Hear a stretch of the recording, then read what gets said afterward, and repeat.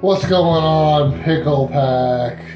Today we will be talking about an album from my record collection, one that I purchased at some point and now have in my possession. When I was a kid, one of my parents didn't have like a ton of cassettes, but my parents had an audio cassette of Jim Croce's greatest hits, and so that kind of stuck with me, that music, and I listened to the singles on and off over the years, downloaded one of his albums, and at some point, maybe back in, I don't know exactly, it doesn't matter, why bother speculating, but at some point at my local record shop, I got a hold of Don't Mess Around with Jim by Jim Croce. He died tragically young in a plane crash with Maury Muehleisen, who is the lead guitarist on his music. They're playing really complement each other. Marty was also a big loss in that crash because he was a super talented lead guitarist. And yeah, these guys were both pretty special musicians, so it's sad. It's sad when somebody crashes in a plane crash, but like every other musician that you know and love, he died in a plane crash.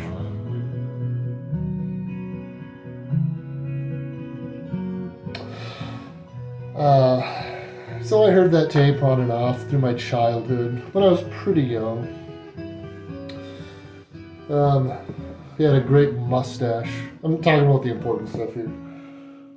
49 cents. I probably paid more than 49 cents. I might have got this at Vinyl Cave in Superior, which eventually got bought out. Well, they closed for whatever reason, sold their stock to their store right next door to them, Globe News. I brought this up before in a previous video, so I know you tend to watch every single one of my videos start to finish, so you definitely, in fact, remember me talking about Vinyl Cave. The sticker on the front of this says 49 cents. I doubt that I paid 49 cents. Probably paid closer to 51 cents, or maybe $3, or maybe $7. Any one of those numbers. But not any other number. I've listened to Jim Croce a lot over the years. Like actually spinning this physical album, not too much, but I've heard a lot of these songs many times. And I've listened to two of his biggest songs, Time in a Bottle and Operator, which are back to back on side B on this album. I've listened to those two songs a great deal. You know, he's like a rock and roll guy, kind of folk singer. Good guitar player, finger picker. Cool voice, smokes way too much.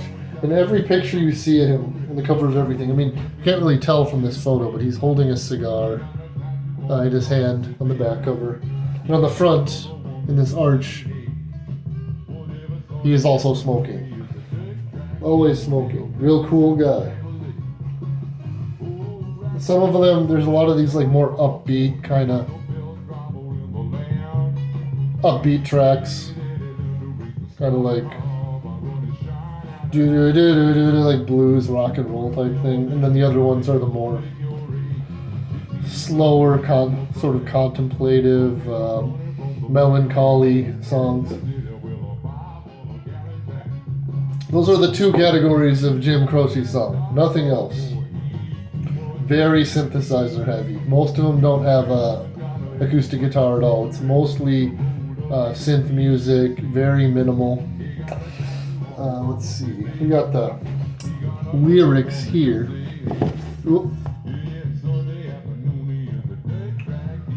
I figured out how to play when I was 16. I learned the intro to Time in a Bottle, but it was too complicated for me to learn that song, so I never learned anything more than that intro. I could possibly still play it. But yeah, that's how long I've been listening to this guy. And then in like 2015, I learned how to play New York's Not My Home, another favorite of mine, which is not on you. Oh yeah, it is. Man, this album's all I need. I mean, it's got New York's Not My Home. Is it?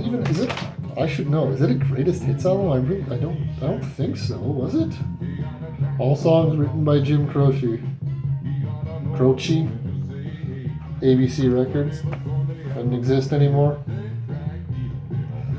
Did I say Marty? Egg is on my face. I'm now officially correcting myself. Maury Muehleisen. Maury Muehleisen. Should at least show some respect for the dead. Such a gifted musician. Maury perished in a plane crash with Mr. Croce. Copyright 1971. He died in like 73, I think. And then, yeah, he had a handful of albums though. He was in the military. But yeah, this is one of those that goes way back for me. You know, I liked Jim Croce even as a kid.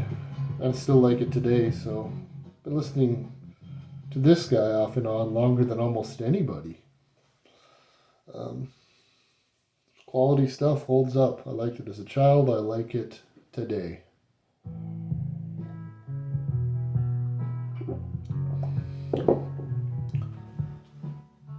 I said this is all I need, but I could own other Jim Croce records because I like him. I mean, I can only listen to so much over such a period of time, though. Because it's not like it's amazing or something. It's not amazing, but it's good.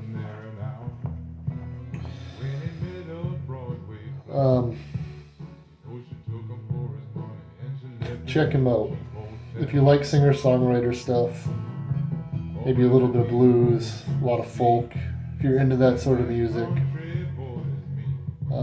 then you should check out Jim Croce. If only he had lived long enough that we could have seen his metalcore phase, or deathcore phase, am I right? I don't doubt that he could do some amazing pig squeals. There's no doubt in my mind.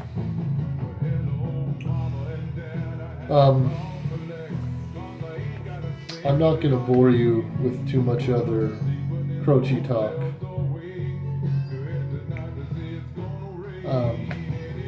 Yeah, fond family memories of listening to this stuff in my dad's truck with him. That probably never even happened. Oh, hopefully there's not too much more acoustic singer-songwriter guy stuff because it gets old. Sort of a Duluth cliche, really, is the guy with the acoustic guitar. No one wants to see that. You don't see that kind of thing in Nectar Mansion. You don't see a guy with an acoustic guitar.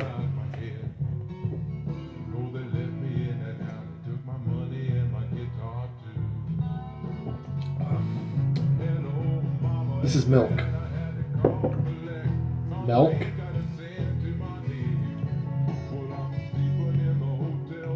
Oh, on the front it says, from the ABC movie starring Desi Arnaz Jr., She Lives. Really? Is that what it's known for? Was it ever? Was it at the time? Was it ever? Ricky. Wow.